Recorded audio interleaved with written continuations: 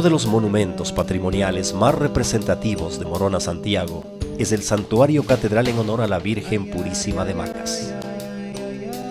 Su trayectoria de fe se cimenta en un personaje importante para la historia cristiana de la ciudad, Juan de la Cruz, un ermitaño de origen español que en el siglo XVI llegó a nuestra región viviendo en la actual parroquia de Sevilla Don Bosco, quien motivó la fe hacia la Virgen. Juan de la Cruz construyó una ermita a orillas del río Pano, sitio donde se produjo el milagro de la transformación de la imagen de la Virgen de una estampa descolorida a una de vivos colores. A partir de allí, y cuando los macabeos se radicaron al costado derecho del río, se inició la construcción de la iglesia. La primera iglesia que se recuerda, al menos en los datos que recogió el padre Telmo Carrera, era el primer santuario que había en honor de la Virgen María en todo el Ecuador, pero eso sí era de quincha, una pequeña chocita, y que después naturalmente quedó ya muy obsoleta, tanto para la devoción de los fieles de la Purísima de Macas, como también el progreso de la ciudad. Muchas dificultades, limitaciones y percances tuvo la construcción de las iglesias en Macas. Incluso, una de ellas sufrió un gran incendio.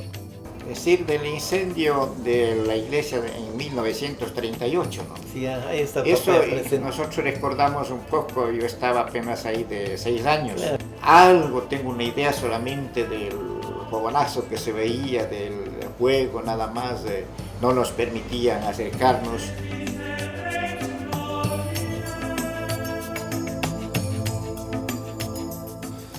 Más adelante, con el fervor que había de la gente, se quiso construir una iglesia grande, bonita, y empezaron los proyectos de varios arquitectos. Y Monseñor Gabriel, siendo párroco de Macas, empezó los trabajos en donde ahora es el parque cívico. Ahí se hicieron las excavaciones, que se quería hacer los cimientos, pero mientras más cavaban, más blando se hacía el terreno. Y la gente decía que eso no quería la Virgen María, porque ella quería estar en la loma sagrada, en donde está ahora el santuario. Pues en ese tiempo no había también muchos artesanos carpinteros. Entonces el maestro, diríamos que más competente en ese tiempo era mi padre y los ayudantes que tenía para dicha construcción.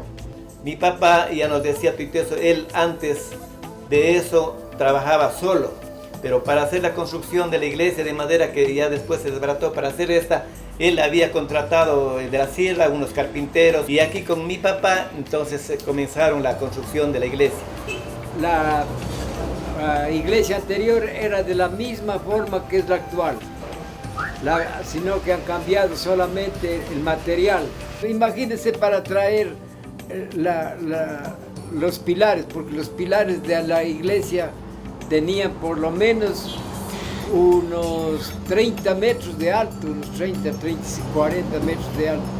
Y cada viga tenía 40 centímetros de espesor, de ancho.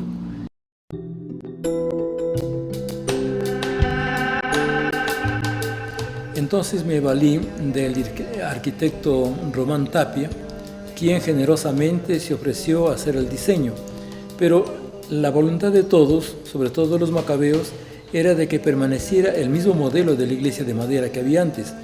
Claro, ya no de 3 naves, una sola nave, porque ya con métodos modernos se podía hacer eso.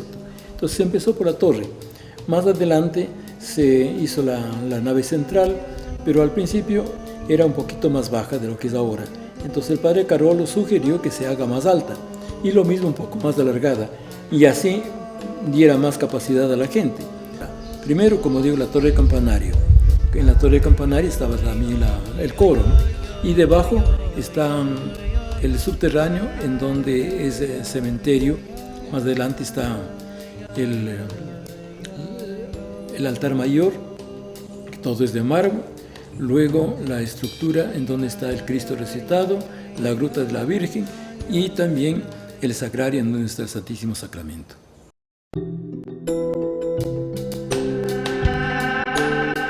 Quien tiene fe en Dios y en su madre, naturalmente todos los obstáculos y sacrificios que se hayan hecho son pocos, y es lo que motivó a contribuir en la construcción del santuario. No podemos decir fulano de tal construyó, no. Esto construyó la ciudad de Macas con todos sus alrededores. La historia de Macas, de nuestra ciudad, está íntimamente ligada a la historia de la Purísima de Macas. No la podemos separar por ningún motivo. Si hablamos de la historia de Macas, necesariamente tenemos que hablar de la historia de la Purísima de Macas. Y si hablamos lo mismo de la Purísima de Macas, estamos hablando asimismo también de la historia de nuestra ciudad. Ahora, con este nuevo templo, para nosotros es un verdadero orgullo, por cuanto que representa, diríamos, a nuestra ciudad en su desarrollo, en su progreso, en su crecimiento, diríamos, actual, así como en lo religioso, en la parte externa religiosa, ha crecido, diríamos, con este templo hermoso que tenemos. Así también, diríamos, nos está pidiendo a nosotros, todos los que vivimos aquí en la ciudad, crecer también en ese aspecto religioso, en ese aspecto espiritual. El santuario en honor a la Virgen Purísima de Macas es un bien cultural y religioso, historia de devoción, tradición y esfuerzo.